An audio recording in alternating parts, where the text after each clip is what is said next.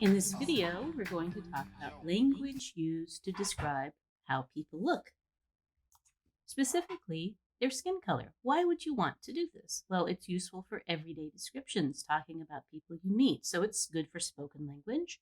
It also helps you describe yourself to people who have never seen you. And of course, we can use this language in our descriptive essay.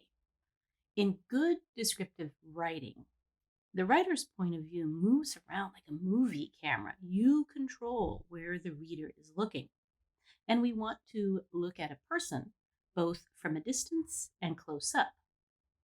Now, when we see a person from a distance, one of the first things you notice is their gender, their size. Are they tall or short? Are they heavy or thin? And of course, their overall appearance includes their racial or ethnic identity.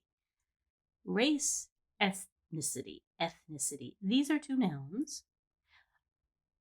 They mean the same thing roughly, not exactly, but it's a way to talk about the group of people that a person belongs to. Now, in every group, people can have different colors of skin, and that is important too.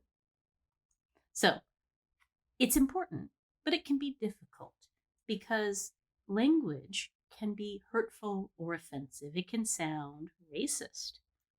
And our goal is to use our language in a way that doesn't hurt anybody, but also to be accurate. So here's some guidance. We will first look at some nouns around race and ethnicity, compare some adjectives for specific colors, look at the grammar and sentence patterns so you know how to use that language. So start with nouns. Here, again, are two nouns, race and ethnicity. I'm going to use these to talk about a group that a person might belong to. Now, these groups have names. These are two nouns that are the names of colors, but the colors are nouns too. Now, you notice they have capitals. These are not the exact colors that humans are, because animals can be black and white, but humans cannot. Animals can be red. Animals can be yellow. But those are words to describe people that are old-fashioned and racist today. They are considered offensive today. So these names work like proper nouns. They are actually all adjectives if you look at the grammar, but they work like proper nouns, and that is why they have capital letters. I would like you to learn these 6: Asian, Black, Latino, Middle Eastern, Native, White. I've noticed that there are some other common words that people use, but if you can memorize these 6, it can be really useful for you. How do you use them then? Well, compare this grammar. You know how to use this. She's tall. She's a tall woman. Tall is the adjective. If we change the adjective to a nationality, the grammar's the same. And if we change it to this capital A, name of an ethnic group, it works the same way. It's like an adjective that can describe a person. Compare these. He's strong, he's Egyptian, he's Middle Eastern. These are different things. Egyptian, a nationality, Middle Eastern, an ethnic group. People from many countries could be part of that ethnic group. Another group, kids. They are cute kids. They are French kids. Again, a nationality. They are black kids. So you could combine these as well, and you can choose more specific or different words if you like. But again, if you can memorize these 6, which are just in alphabetical order, you will be able to describe most of the people in the world. Now, move on to adjectives. Black and white are also adjectives. Now, we saw that while black and white as nouns are useful, they're not so useful for adjectives because, again, a cat is black or white, but a person isn't. There are so many names for skin colors, and if you want to learn some, go look at makeup. The makeup industry has so many names. This is just a few. There are actually hundreds. But for you, 6 will be enough. If a person's skin is closer to a brown shade, it's enough to use dark, medium, and light.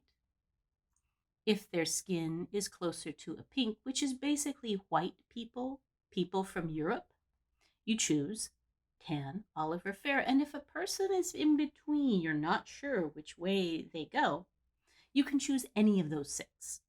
So, just like there were 6 words to memorize for race and ethnicity, there are 6 words to memorize for specific skin colors. How do you do this? Well, you want it to be a complete adjective, and you will combine it with skinned or complected. Complected, by the way, is from this noun, complexion. Complexion actually means the color of a person's skin. Now, you know the grammar of this. You know that adjectives describe nouns. In the same way, we're going to use an adjective for a skin color to describe a person, including their ethnic group, which is a noun. So follow this pattern. Here is a person. First, what is the exact color of their skin? Kind of an olive. And what is their ethnicity? Native. Here's how it works. Adjectives before nouns. Here is a larger group of people. They all belong to the same group, the same ethnic group, the group that is called Black. But each person has their own unique shade of skin. Let's look at this person. You can describe him as a light-skinned Black man. This man you can describe as a dark-skinned Black man. The woman in the middle is a medium, or you might say medium dark-skinned Black woman. Now, you don't necessarily have to include either one. It's okay to say, if you just want to be very short and simple, she is a Black woman. She is a medium-skinned woman. She is a dark-skinned woman. Those all work. Here's another set of people. And by the way, these wonderful photos are from a photographer called Angelica Das, who's made a project of taking pictures of people all over the world. The background is the basic color of that person's skin. I don't own these, but I wanted to share them. I think they're so beautiful. So here is a person. Her skin is kind of pink. I would say she is a fair-skinned Asian woman. This woman, her skin is more dark, more brown. She is a dark-skinned Asian woman. Now, people from India, Bangladesh, Pakistan are also in the group called Asian, but you might want to say West Asian to make a difference between East Asian, West Asian. You might also want to give the person's country a dark-skinned Indian woman. Those are all great choices. This group of people is from the group called white. You might say this person is fair-skinned, a fair-skinned white woman. This man is an olive-complected white man, and this woman, if a person is in the group called white, whose skin color is more towards the pink side, we don't use dark, we don't use light. We would say she is a tan-skinned white woman. If a person is very pink, you can use a word like rosy. This is a rosy-skinned man. If a person is very, very white, you can call them pale, a pale-skinned white woman. There are so many other choices, again, but that's enough to go with. What if you don't know a person's ethnic group? I don't know if this woman would call herself Asian, Middle Eastern, or white. But by looking at her skin, I can say she is an olive-skinned woman. Her clothing makes me think she is probably a member of the Muslim religion, so I could say she is an olive-skinned Muslim woman, because that is also a group that people can belong to. So be flexible, be creative when you use these patterns. There are some other sentence patterns too. So we've been looking at this one. An adjective before the noun, person. And you can leave one out, you can leave the other out. Two more patterns are with the verb have and with. By the way, this word skinned, you may also use haired. So sentences like she is a white-haired person, she is a blonde-haired person, he is a curly-haired person. There are no other words that work this way. Skin and hair are both non-count nouns, so they make this adjective, skinned and haired. With these words, these simple patterns, you can describe almost anybody that you meet. Now let's have a little quiz to check your understanding. Asian, Black, and Latino are examples of, yes. Tan, fair, and dark are examples of,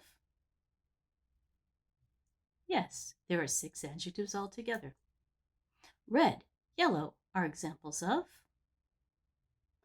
that's right, so avoid using these words to describe people.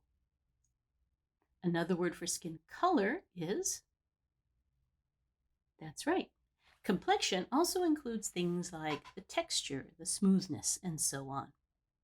All right, I hope this is useful for you. I appreciate your time. Thanks.